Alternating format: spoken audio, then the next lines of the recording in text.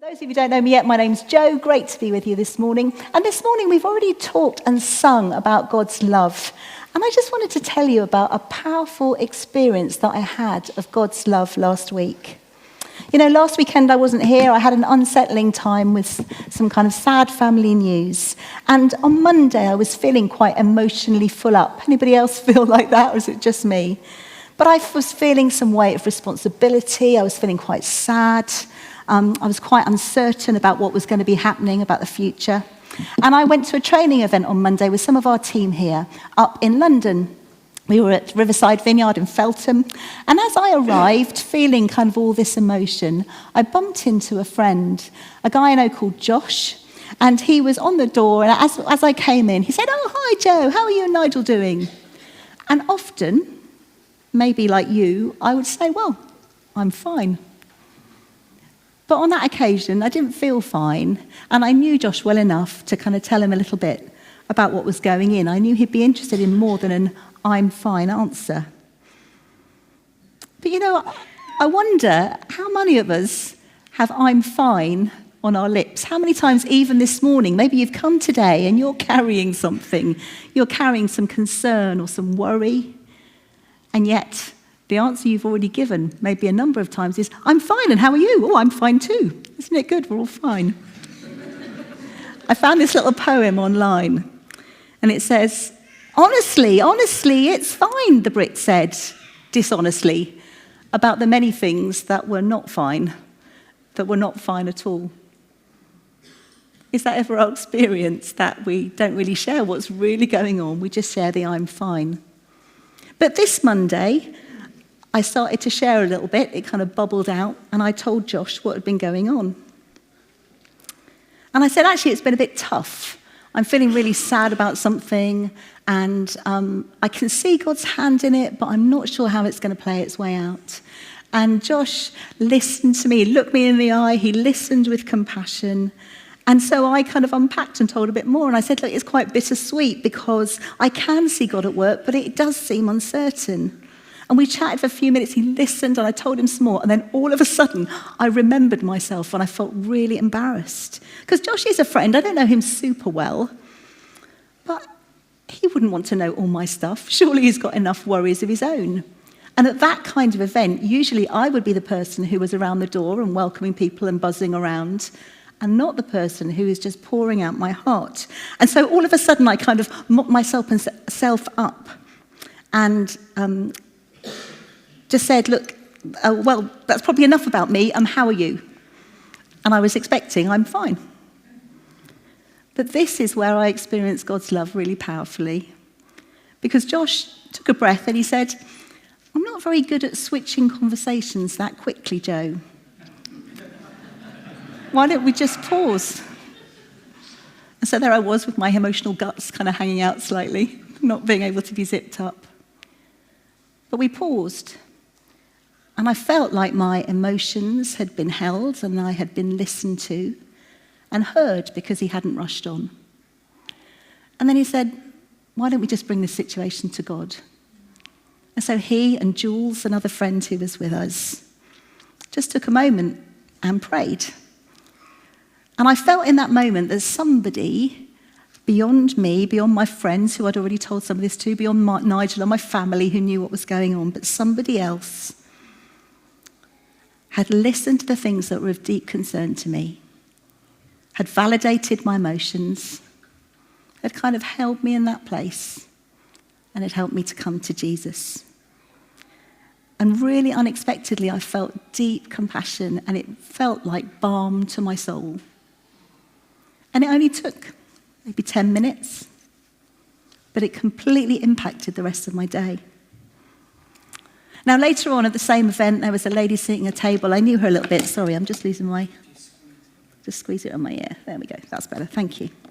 There was a lady sitting at a table who I know her a little bit, and she was looking really upset. So a couple of us went over to talk to her, and we sat with her and just said, "How are you doing?" And as she cried, she was telling us about the difficult time she's having. She's caring for elderly parents. And like me, she's a pastor. And like me, all of a sudden she went, oh, but that's enough about me. How are you? And I thought for a moment, and I realised we could just carry on. I could actually tell her more of my stuff. But I remember my experience with Josh and with Jules. And I just said, well, let's not hurry on from here. This is really hard. Do you want to tell us anything else? And she took a deep breath and she told us some more.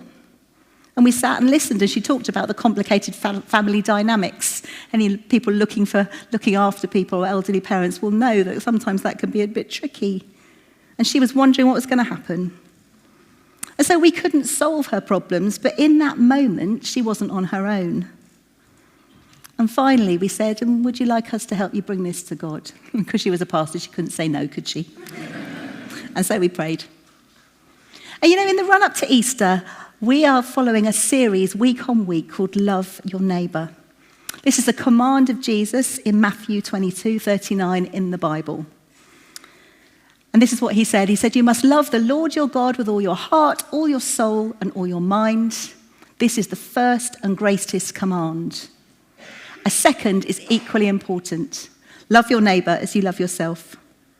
And so here at Winchester Vineyard, we are people who are trying to listen to what God says and do it. And so when Jesus says love your neighbour, it's not just a good idea, it's not just a suggestion, it's actually a commandment. It's something that we're supposed to do and put into practice. And Jesus also said, if you love me, obey my commands. This is in John chapter 14. And a bit later on he goes to say, those who accept my commandments and obey them are the ones who love me. So he can tell whether or not we love him, not by what we say or sing on a Sunday, but by what we do with what's in his book. And because they love me, my Father will love them and I will love them and reveal myself to each of them. And so if you're here today and you want to know what Jesus is like, you want him to reveal himself to you, then he says the way to do that is just to do what he says. Maybe you wouldn't call yourself a follower of Jesus at the moment. Perhaps you're not a Christian. You're on that journey of looking. And if that is the case, a suggestion could be, why don't you try living like a Christian? Why don't you try seeing what Jesus says in the Bible and put some of that into practice and see what happens, see how he reveals himself to you. And so far in this series, we looked at how we love our neighbours by getting to know them, knowing what their needs are, finding out about their concerns, taking time to talk to them, acting with God's love and mercy and compassion. And the way that we do that, or the reason that we do that, is because that's what God does for us. There are many psalms, many places where people call out to God and they are reassured of his presence and his answer. And as people are following Jesus, that's what we want to be like. So here, just one example in Psalm 119. I love the Lord, for he heard my voice. He heard my cry for mercy. Because he turned his ear to me, I will call on him as long as I live. The cords of death entangled me. The anguish of the grave came over me. I was overcome by distress and sorrow. Then I called on the name of the Lord. Lord, save me. The Lord is gracious and righteous. Our God is full of compassion. The Lord protects the unwary. And when I was brought low, he saved me. That's just one example. If we go through the Bibles, particularly in the Psalms, there are places where it says, this poor man called out to God and the Lord answered him. There are plenty of places where if we're in need, if we're in trouble, we're encouraged to call out to God. And it's not that he automatically turns the light on or sorts everything out, but we can know his very real presence with us. And so this week, as we think about putting God's love in action, I'm going to suggest that we try and copy him, that we learn to love by listening. I've found that as I take time to listen to people, it helps me understand them. For many of us inside the church and outside in our neighbourhoods, in my street even, life isn't easy. I know people in this room and further beyond who are dealing with chronic illnesses, who've lost people to cancer, who are worried about family members who are making really bad decisions or are stressed about making ends meet. Now, we don't always see these things on the surface, do we? Maybe sometimes we see the symptoms of these things, perhaps by having somebody at work who's being a bit short with us, or a neighbour who's particularly grumpy when the kids' football goes over the fence, or the person in Tesco's who just doesn't want to give you eye contact when they're serving. Little symptoms that sometimes things are not going right inside, that our hearts and our souls are not settled. And today we're going to look at some characters in the Bible, and they'll help us see the importance of listening, not just to the symptoms of a situation, but to what's really going on inside, to the heart of a person and to the heart of God as well. So we're going to start in the Old Testament, which is the beginning of the Bible. Now, the Old Testament is the front end of the Bible, and it talks about the big story of God, God's plans to save and rescue the world, all the things that were put into practice when Jesus arrived. And we're going to be in the book of 1 Samuel. You may know this story. There are plenty of things that we could say about this story. And I'm just going to focus on one aspect of it. How we love and value people by listening. Now in 1 Samuel, it tells us about a man called Elkanah who has 2 wives. The first, Peninnah, had children, but he was allowed to have 2 wives. And so the second, who its Bible tells us it was his favourite wife, Hannah, was childless. And she was longing desperately for a baby. And the Bible tells us that Peninnah, the first wife, would taunt Hannah cruelly to add to her distress. So not only did she not have a baby and really wanted one, but she was really badly treated by the other wife. And we're going to pick up the story in 1 Samuel chapter 1, and I'm reading from the Message version. It says that Hannah's distress went on year after year. Every time she went to the sanctuary of God, kind of like church in those days, she could expect to be taunted. Hannah was reduced to tears and had no appetite. Her husband Elkanah said, "Oh, Hannah, why are you crying? Why aren't you eating? And why are you so upset? Am I not of more worth to you than 10 sons?" Now, my heart kind of goes out to Elkanah here. I kind of think it must be really upsetting to have a wife who's just crying all the time and kind of can't sort herself out. But I also think, I don't know if that's the right answer. If you go with the words that are here, aren't I better than 10 sons? It's kind of like, don't worry, babe, you've got me. Maybe not what she really needed to hear as balm for her heart. Just saying. And it says, so Hannah did take his advice, she did eat, and she pulled herself together and slipped away quietly and entered the sanctuary. The priest Eli was on duty at the entrance to God's temple in the customary seat. Crushed in soul, Hannah prayed to God and cried inconsolably. And then she made a vow.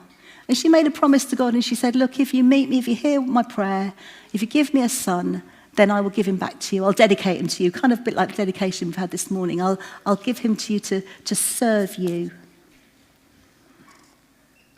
And it just so happened that as she continued in prayer before God, Eli, who was the priest, was watching her closely. Hannah was praying in her heart silently at this point. Her lips moved, but no sound was heard. Eli jumped to the conclusion that she was drunk. He approached her and said, "You're drunk. How long do you plan to keep this up? Sober up, woman." And again, poor Hannah. She's there in her deep distress. She's expressed her vulnerability before God, and I don't know who else was in the temple. She sobbed uncontrollably. And yet Eli's completely misunderstood it. He thinks she's drunk. He judges her severely. And she goes on to explain herself in verse 15. "Oh no, sir, please. I'm a woman hard used. I haven't been drinking not a drop of wine or beer. The only thing I've been pouring out is my heart, pouring it out to God. Don't for a minute think I'm a bad woman. It's because I'm so desperately unhappy and in such pain that I've stayed here so long." And isn't it just a heart-wrenching story? Hannah has brought her vulnerability, her desperation before her husband and Eli and been misunderstood. You know, maybe you can relate to that. Maybe you've shared really deeply with somebody about some of the pain and distress that you're experiencing. Someone said to me the other week, you know, when I was a child, I wasn't allowed to show emotion. I remember going to my room if I was hurt or upset and crying silently because my parents would just tell me to pull myself together. There was no place at home to express emotion. And we know now, don't we, that suppressing emotions can lead to physical and mental health problems. We can't just stuff down our feelings, but we need to find the right places to express them. Now, we're a church of a lot of families. We can see and hear that. We value marriage. You've heard the advert for the Love After Marriage course. We dedicate children. We thank God for our young people. But it's really important to say that the nuclear family is not the only way to exist here. Whether you are married or single, whether you are divorced or widowed, whether you have children or you don't, there is place for you here. There is a place for you here and in God's family. You are welcome to be part of this thing. And I don't know if you've noticed, but we make a point of talking about church family. We don't just come to church. Together we are part of the church family. But we also recognise that that can be really painful to work out. On a day like today, there may well be people who are delighted for Dylan and Charlotte to have two lovely boys to celebrate, but are experiencing that real sadness and loss of not having their own baby to dedicate. And so if that's you today, we are with you in that. As church family, we're together. And we want to hold you in that place. In the same way that Joshua and Jules were able to hold me in my place of sadness this week. Now, thankfully, Eli in the Bible finally understands. In verse 17, he says, "Go in peace, and may the God of Israel give you what you've asked of him." And off Hannah goes. And I was thinking of this story this week, and I just came across a survey that was undertaken by the Government Department of, let me get it right, Culture and Sport. They produce an annual community life survey, and it asks people about loneliness, whether that is direct loneliness. They say, are you lonely?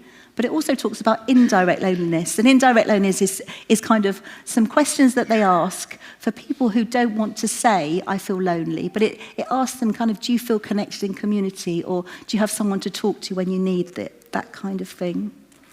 And I was quite taken by these stats that 7% of people, 3.1 million people in England, reported that they felt lonely often or always. And this survey was taken this time last year. It was reported at Christmas, but the stats were from this period last year. And then it said 10% of adults, possibly 3.9 million people in England, report high levels of indirect loneliness, that kind of not feeling companionship. Now, that's quite a lot of people. What does that look like? Well, actually, 3.1 million is just over double the population of Hampshire. That helps me to kind of think about how many people that is.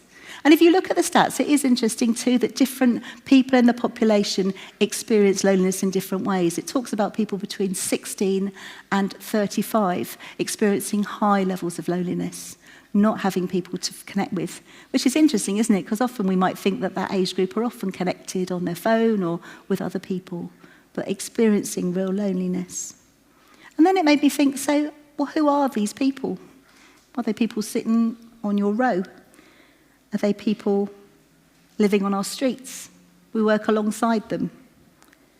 I know, and then what I wrote down is, or do they work out at the gym next to you? Usually we try and use we comments, are they on our streets? But they wouldn't be working out at the gym next to me because unfortunately I don't spend too much time at the gym. But they're people who we rub alongside daily, people who are in our lives and in our worlds and experiencing real loneliness.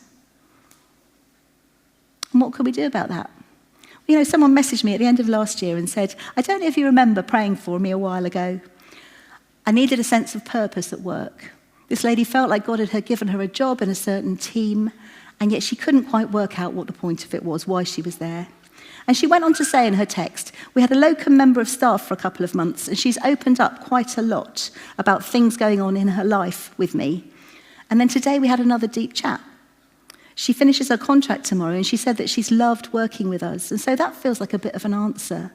Sometimes the purpose of my work can be the relationships that I build.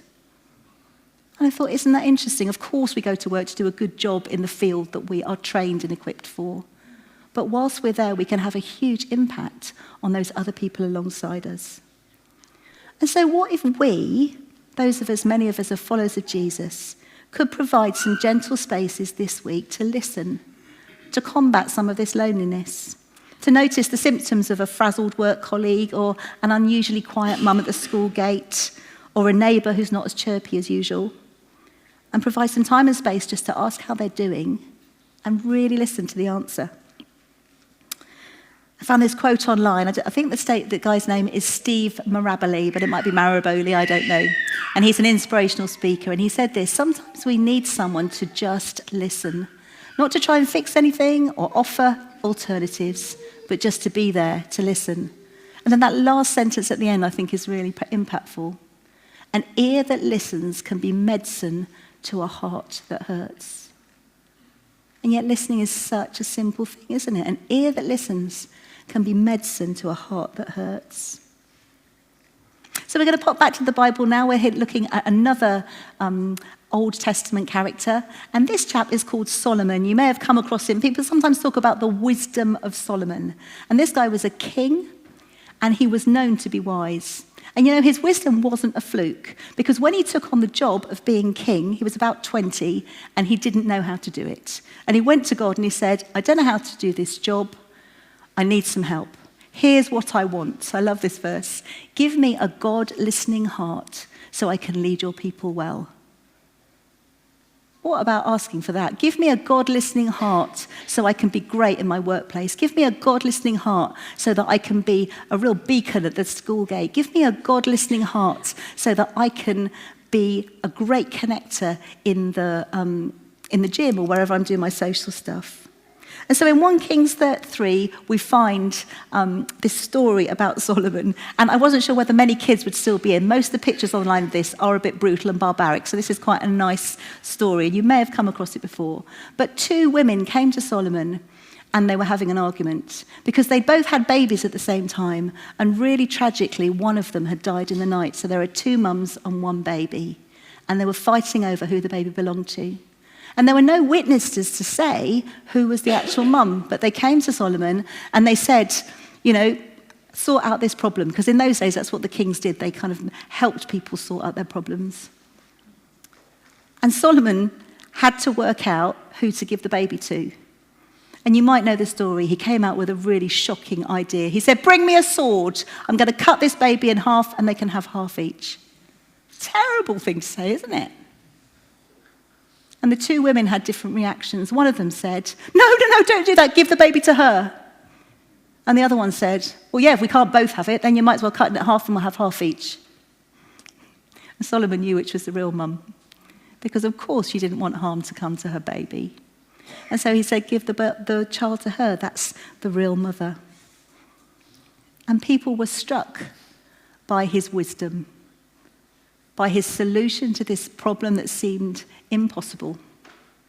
Because he was somebody who was able to listen not just to the facts, it's my baby, no, it's my baby, no, it's my baby, but to listen to the heart. And in the middle of that, not just to listen to the heart of people, but to listen to the heart of God. And so as we come to listen to our friends and our neighbours, why don't we just try and have one ear on what they're saying to us, and another ear, some people sometimes talk about the ears of our heart, another ear tuned in to what God might be saying, to see what his way forward is. And you know, it might not be that we always have a completely wise solution that opens something up, but it could be that we have a word to encourage them or something to help them. And we don't even need to say, oh, God said this about you. We can just say, oh, I wonder if this might help, or I wonder if this could be a good way forward, or can I just be with you in this? So we're coming into land now, and I just wanted to look at reasons why we don't listen so well. And I came up with 4 reasons. You might have more. But the first is that we don't know how to. The second is that we're too busy. The third is that we're too proud. And the fourth is that we're afraid. The first one, we don't know how to. Have you ever been taught how to listen? We're often taught how to give presentations, how to talk. But we have to be in particular jobs or roles, maybe, to be taught how to listen. And yet it's a skill that we can learn. And if we don't know how to do it, then we can find someone who's good at it and ask them what they do. But some really top tips would be to give people eye contact, to kind of nod and show that you're engaging with what they're saying. Maybe sometimes even to kind of reflect back or to ask another question. We can learn how to get better at this. Krista Tippett, who's from the States, says this: listening is about being present, not just about being quiet. And how often might we maybe be at home and kind of on our phone or just distracted by something else whilst somebody else in the family or household is just kind of talking away. And certainly we're quiet and we might be in the room, but we're not really present to them. And so listening is about being present. The second thing is that we might be too busy. Life is really full.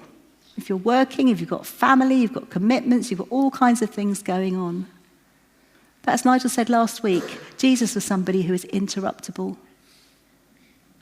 And so what are the ways that we can be interruptible? Or how can we make space to be interruptible? You know, yesterday I was walking home from the shops, came onto our estate, and one of my neighbours was washing his car. And I know that his partner isn't very well. He's often on his own. And if I start to talk with him, it does take a while. And so it can be easy to think, well, I've got to go and put the shopping away and do this, this, and this. And actually, he's got his head in the car, so he can't actually see that I'm coming past, kind of into the house. But I knew I was talking to you today, so I couldn't do that, could I? And so I chose to listen. And you know, sometimes listening does take a bit of time. It does interrupt our day. And sometimes listening is the deep things, but sometimes it's just sharing the little things. It's just hearing the little bits and bobs when a friend or a neighbour hasn't got anybody else to talk to. Jesus was interruptible. He brought physical and emotional and spiritual healing to people. He met their needs. As a church, we love to pray for people. We love to see people healed. We give generously to those who are in need locally. But I was interested to read these quotes from Mother Teresa. We do give to people in need and we help and serve the poor here. That's important. But she says the most terrible poverty is loneliness and the fear of being unloved. The hunger for love is much more difficult to remove than the hunger for bread. Never worry about numbers. Help one person at a time and always start with the person nearest to you. And so a little gentle challenge in the busyness of life. How can we make time to listen this week? We've given time to be with God and one another today. What would it look like to give some time in the week? Might it be that you could choose to sit with work colleagues at lunch rather than going off on your own? Perhaps you could arrange to call a friend or a relative who you know is on their own and just have a chat. Perhaps on your dog walk, you just allow a little bit longer, or you choose a different route so that you know you're going to be coming alongside people. And just pause and ask them a little bit more than just the name of their pooch. How can we create a little space and time to listen? So we've talked about not knowing how to listen, we've talked about being too busy, and then this one was a bit of an owie for me. Are we too proud to listen? Simon Sinek says, the difference between listening and waiting for your turn to speak. Just, yes, I've got something to say. And most people don't listen with the intent to understand. They listened with the intent to reply. And how often is that me? How often when I hear somebody talking, do I want to come out with my great story and my brilliant experience? How often am I ready just literally to listen? Do I think what I've got to say is much more important than what they've got to say? Ow. If that is the case, then we can just say sorry to God and try and learn to be different and learn to be better. And then the last, in fact, because you may have had this when you were a child, I wonder if mums and dads said this. You have 2 ears and 1 mouth, and you should use them in those proportions. So we should be listening more than we should be speaking. But finally, another reason why sometimes we don't listen is maybe that we're afraid. Are we too afraid to listen? Because we know that if we take time and we hear, then potentially we're going to need to do something with what we've heard. If somebody tells you that they're desperately lonely and they haven't been invited out for coffee or for lunch for 7 months, then you could go, I'm sorry about that, that sounds really hard. But sometimes we need to be the answer as well, don't we? Sometimes we need to step in and provide part of the solution. And perhaps we're afraid that we're going to be overwhelmed by need. And it is true, we can't all listen to everyone. But certainly within the church family, there are places where we can be connected, and our life groups and our Changes That Heal, small groups, through the Streams of Hope ministry. All of this is on the website. You can find out some more there. But there are places there where we can really be deeply listened to and heard and understood.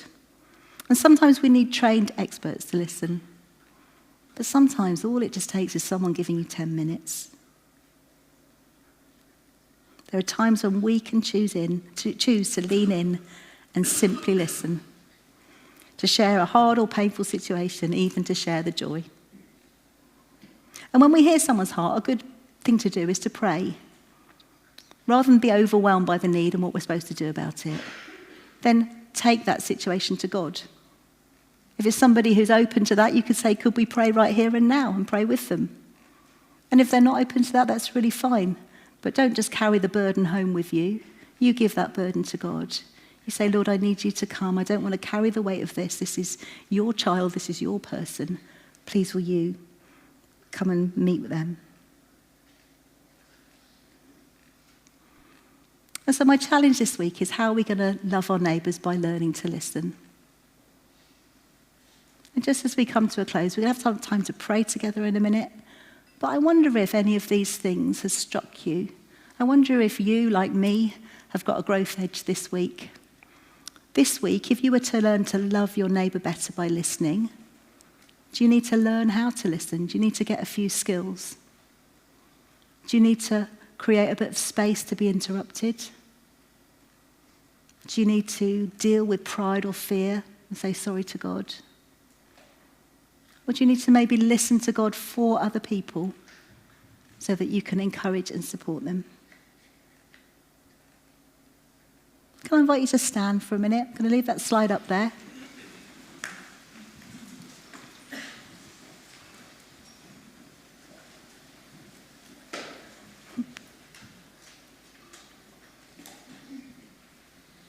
Lord, I've said a lot, and my friends have been really good at listening. But I ask that you would speak to our hearts now. That you would show us better how to love our neighbours, how to obey your command, Lord Jesus.